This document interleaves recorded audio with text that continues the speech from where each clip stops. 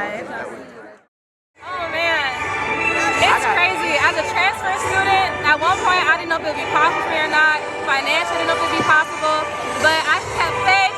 I worked hard. I let God do the rest. And so to be here right now, my family understands. My brother drove 30 hours from Texas, where he was stationed in the military, to watch you graduate right now. So that nobody in my family has really done for me. So presenting the School of Social Work. And I think being transfers, this is like a really, really unique experience for us, coming from a whole other school to now finishing our journey here, I would say.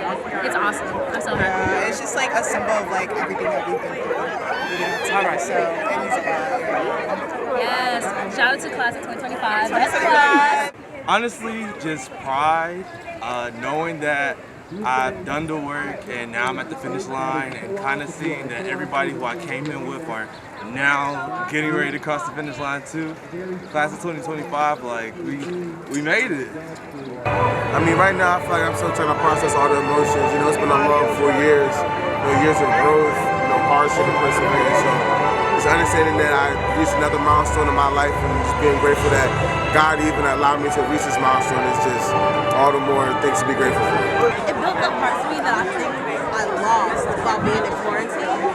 Like interacting with people and really just putting myself out there and not being afraid to get the daggone story.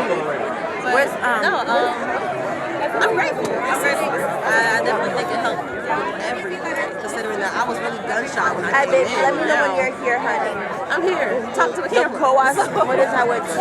I think SOC has been extremely vital to emphasizing the importance of making sure that everybody has a voice in communication, making sure that everybody has a voice in media, making sure that the story is told by everybody so that each perspective is taken into account.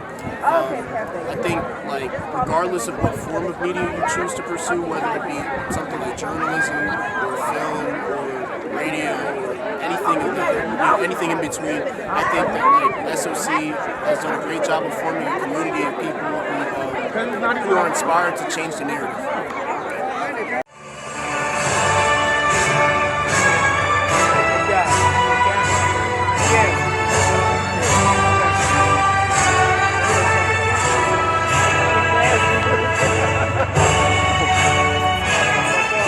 And in closing, no matter how we feel, through God's favor, we will get up, we will dress up, and we will show up, because we are the class of 2025.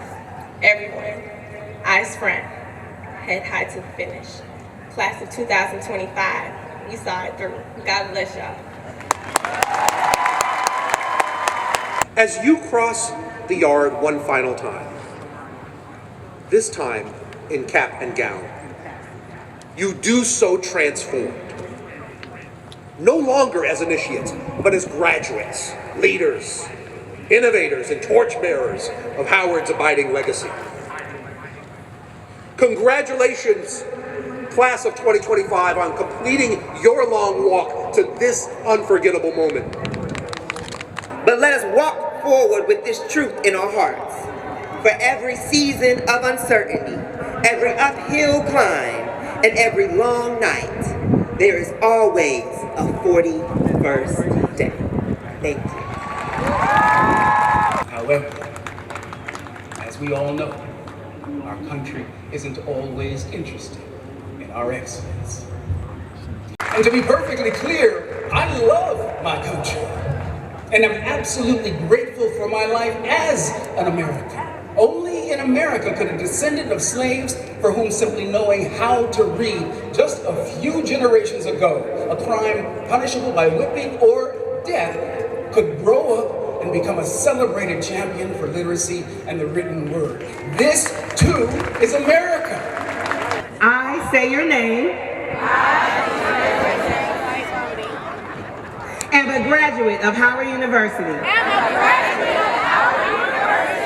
Howard University is my home. Howard University is my home. No matter how far I travel from her. No matter how far I travel from her. No matter how long I am absent from her. No matter how long I am absent from her. Howard University is always here for me. Howard University is always here for me. I would say the best way to get started is to get started. Like tomorrow's gonna come, the next day's gonna come, so you just gotta hit the ball rolling. You'll you'll get your experience and you'll learn and you'll get better as you do.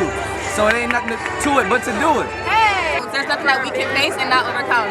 That's powerful, that's black magic, that's Howard, that's just everything. That's the black experience, that's the culture. Everything will work out. You just have to be patient and make sure that you're doing all you can.